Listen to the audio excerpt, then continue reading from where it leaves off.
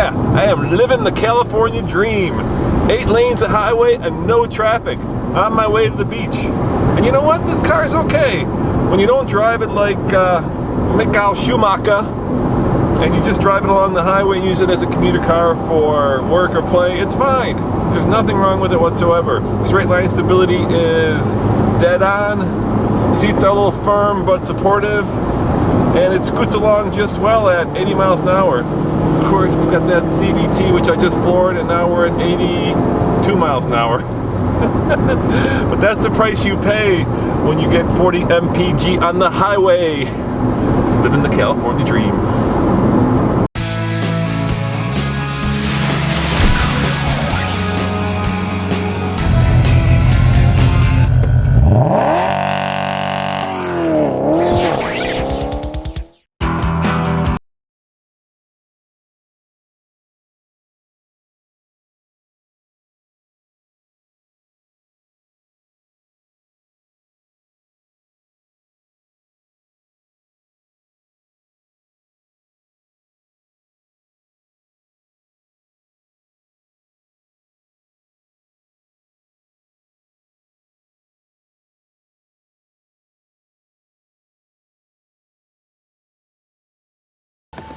One of the best things about the new Versa Note is just how roomy and airy it is inside. Now I'm sitting with this passenger seat all the way back, and yet look at that. I've got tons of knee room, tons of headroom. The Versa Note has got that great Japanese quality of being bigger on the inside than on the outside.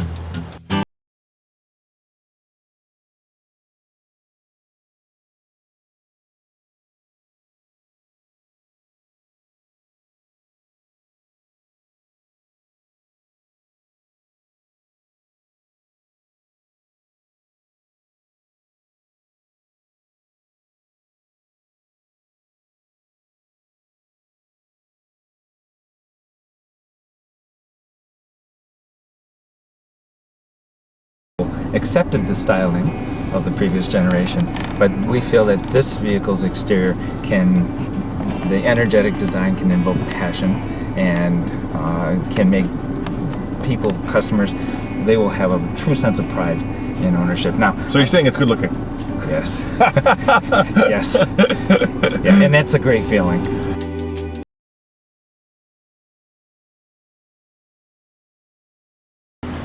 Where it counts, you know. Style-wise, the new Versa Note, in my mind, is a huge improvement on the Versa. The Versa is, well, let's say conservative. When you chop the back off and give it a hatchback, it makes it sportier, and it makes it more fun, makes it more active.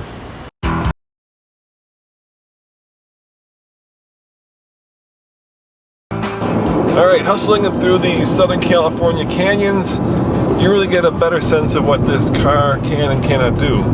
What it can do is give you great fuel economy, I assume give you good reliability, and of course give you plenty of space with an airy cabin. What it can't do is put a huge smile on your face. The steering is a little bit artificial, and what I mean by that is it feels like they are trying to make it seem like this car is connected to the road by making the steering heavy instead of honest and straightforward to what the road experience is like. And I understand that. It's not necessarily about carving canyons. It's more about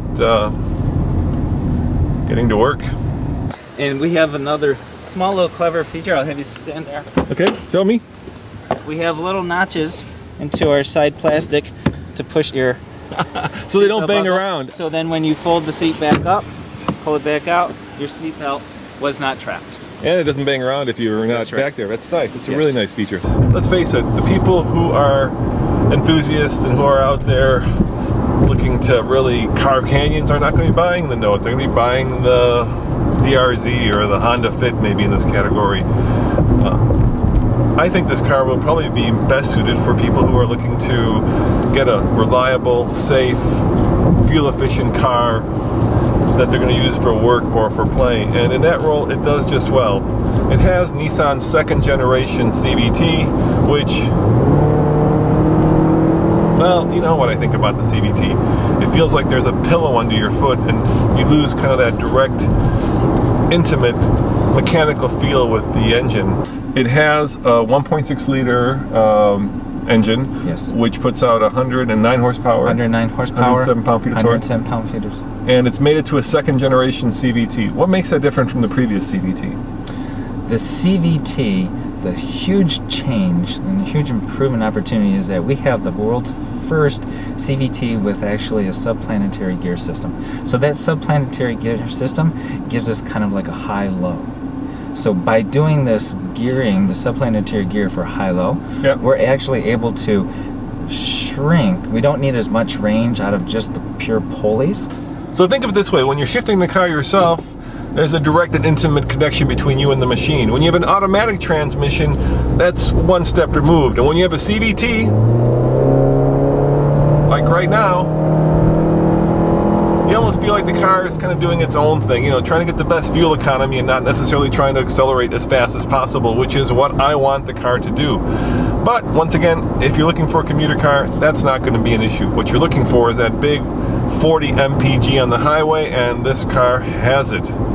Now, I just said 40 mpg, which is the magic number that everybody's going for on the highway. Yes. And you achieve this also because of aerodynamics, right? Aerodynamics. We have many factors that we focused on for aerodynamics. So we have a wide front lip that does air blockage in front of the air blockage in front of the fascias and over into the tires. We have additional air deflectors in front of the fuel tank. We have a rear suspension that's been designed to try to reduce air turbulence. We have rear tire aero deflectors. Yes. And you also have these little like slots along the rear. We call them combination lights. Most people call them tail lights, Okay. tail lamps. Yep. And those slots along the rear Clean up the lamp. airflow? Yes, it's almost like a golf ball. A golf ball has the dimples to Yep. help shape the air going around it, and so it can travel through with less drag. The same thing. Those vents set up a small little air disturbance so that the rest of the air goes more cleanly around the rear view. One of the things that makes the regular Versa stand out in America is that it's one of the least expensive cars, new cars you can buy. And the hatchback, the Note version, is a little bit more expensive. It starts at around $14,000, but this one that I'm driving, which has, let's face it, all the goodies, including a unique segment first, heated cloth seats, optional around view camera, navigation system, all the goodies, costs $19,100. You add dealer handling to that and you're at $20,000. That is a lot of money for an economy car. And let's face it, at that point you're competing with, well, German rivals like the Jetta, which offer that German feel and which offer the same amount, if not more room.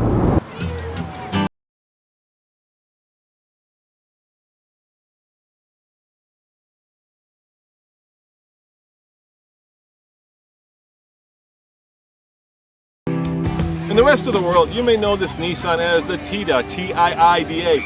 But here in America, it's the Note. Why? I don't know, but I do know that I'm in California, in San Diego, on the beach, and I have a surfboard, and I have a wetsuit, so I might as well go.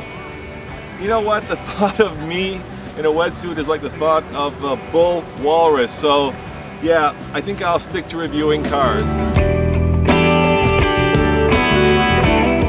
On the TFL scale of buy it, lease it, rent it, or forget it, I don't know. I've only driven the car for about an hour, so you'll have to wait until we get the car in Colorado for a full 0 to 60 as well as a full recommendation. As always, this is Roman reporting for the Fast Lane Car. Remember, subscribe for a new car video every day. Thanks for watching, and I think I'm going to take a walk and not a surf on this gorgeous California beach. Ciao.